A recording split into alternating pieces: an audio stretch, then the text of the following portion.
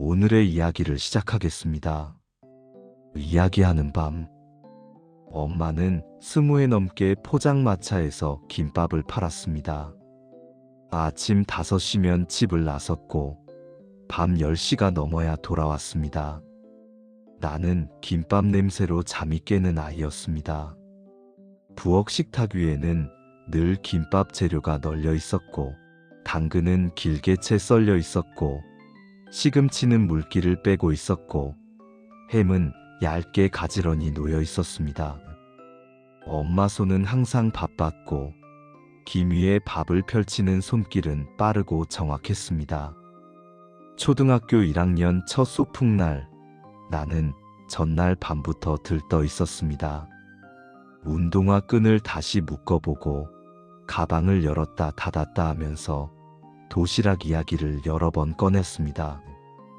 엄마, 김밥 예쁘게 싸줘. 엄마는 웃으면서 알겠다고 했습니다. 아침에 눈을 떠보니 도시락은 이미 가방 안에 들어 있었습니다.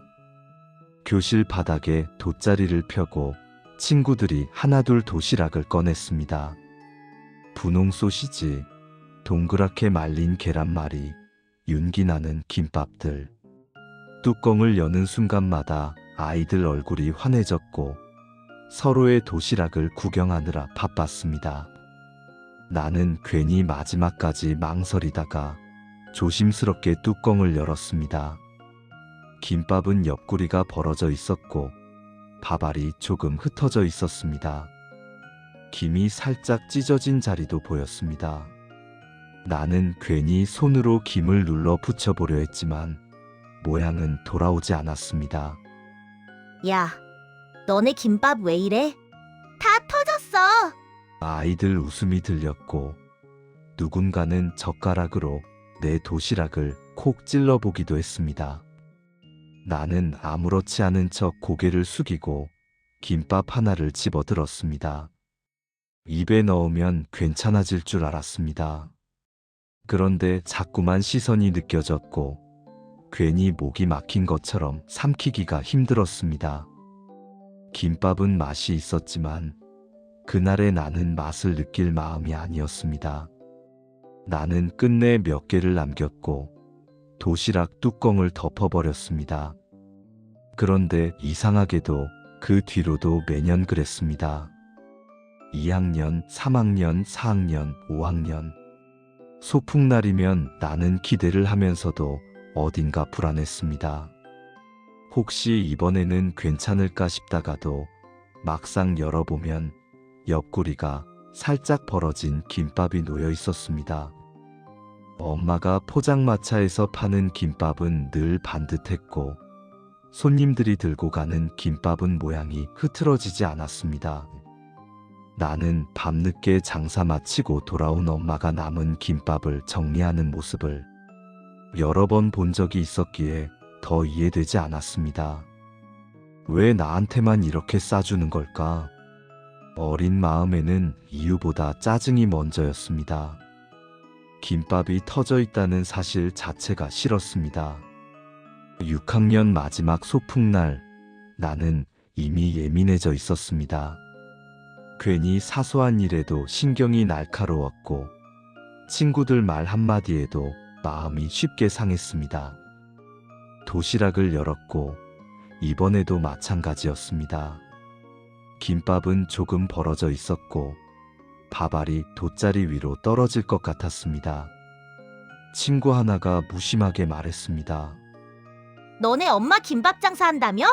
그 말은 그냥 사실일 뿐이었는데 나는 그게 놀림처럼 들렸습니다. 나는 아무 말도 하지 않았고 김밥을 집어들었다가 다시 내려놓았습니다. 점심시간이 끝날 때까지 나는 거의 먹지 않았습니다. 배가 고팠지만 괜히 끝까지 버텼습니다. 집으로 돌아오는 길은 유난히 길게 느껴졌습니다. 버스 창밖을 보면서도 자꾸 도시락이 떠올랐습니다. 가방 안에서 김밥이 흔들릴 때마다 괜히 더 짜증이 났습니다. 집 문을 열고 들어왔을 때 엄마는 아직 장사 나가기 전이었습니다. 나는 말없이 가방을 내려놓고 도시락을 꺼냈습니다. 뚜껑을 열지도 않고 식탁 옆 바닥에 던져버렸습니다. 왜 맨날 이렇게 싸는 거야? 목소리가 생각보다 크게 나왔습니다. 나도 모르게 소리를 질렀습니다. 엄마는 놀란 얼굴로 도시락을 열어보았습니다. 김밥을 하나 집어들고는 조심스럽게 모양을 살펴보았습니다. 재료가 많아서 그래. 맛있는데. 엄마는 터진 김밥을 손으로 다시 모아보려 했습니다.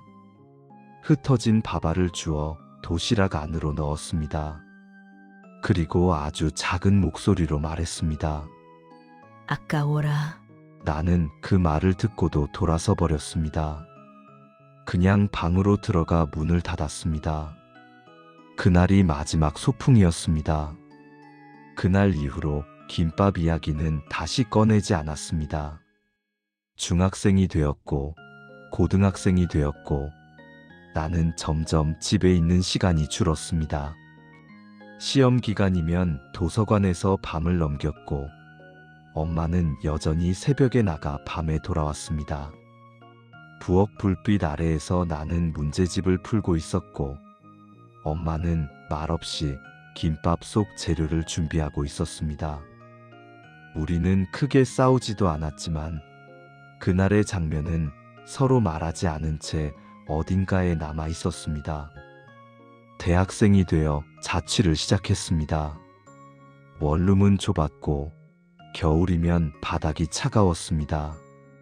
월세와 생활비를 계산하다 보면 점심은 자연스럽게 저렴한 김밥으로 해결하는 날이 많아졌습니다. 어느 날 친구가 말했습니다. 야, 골목 안에 김밥집 하나 있는데 진짜 싸고 양 많아. 가성비 갑이야. 공강 시간에 괜히 마음이 동해 그 골목을 찾아갔습니다. 간판은 빛이 발해 있었고 유리문에는 오래된 스티커 자국이 남아 있었습니다. 문을 여는 순간 따뜻한 김밥 냄새가 훅 끼쳐왔습니다. 참기름 냄새와 갓 지은 밥 냄새가 섞여 있었고 작은 가게 안은 생각보다 포근했습니다. 나는 메뉴판을 잠깐 보다가 참치김밥을 주문했습니다. 사장님은 말없이 김 위에 밥을 펴기 시작했습니다. 밥을 얇게 펼친 뒤 참치를 한 숟갈 올렸고 그 위에 또 한 숟갈을 더 얹었습니다. 나는 속으로 만회하고 생각했습니다. 마요네즈도 넉넉히 짜넣고 단무지와 시금치, 햄을 겹치듯 얹었습니다. 김이 겨우 감싸질 만큼 속이 올라가 있었습니다. 사장님은 두 손으로 꾹 누르며 말았지만 김 옆구리가 살짝 벌어졌고 밥알이 조금 삐져나왔습니다.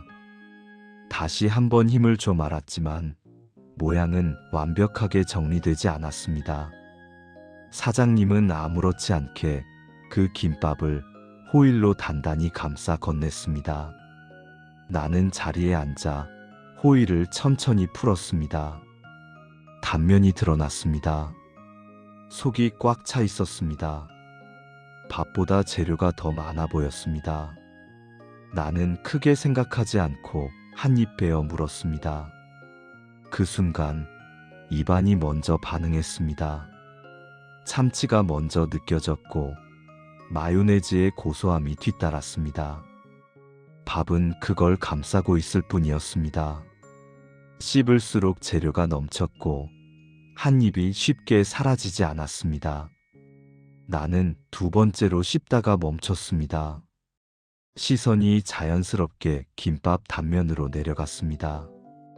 옆구리가 살짝 터져 있었고 밥알이 조금 묻어 있었습니다.